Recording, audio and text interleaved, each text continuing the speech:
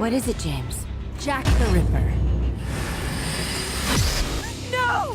I think all Batman fans know about Gotham by Gaslight. Batman versus Jack the Ripper. You're basically dealing with a serial killer who murders a bunch of prostitutes. It's pretty potent stuff. You have not seen Batman in a Sherlock Holmes era before. Stick 'em, boys. Barbara! I'll make myself decent.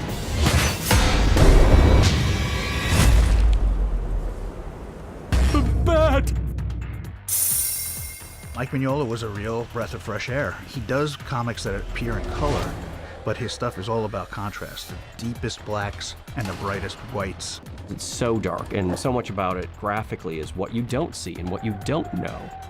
I loved Mike's Victorian Batman. Just the idea that you can actually see Batman's eyes influenced how we treated the character. Gotham by Gaslight was literally the first comic book that had an Elseworlds logo on it.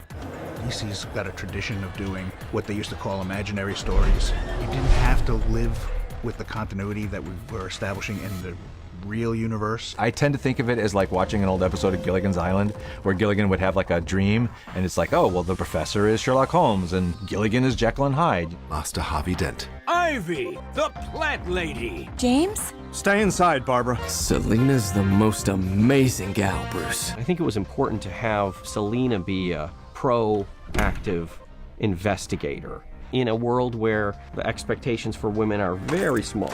It's, I think, very empowering and exciting to see her ignore those social constraints. I'm nobody's pet.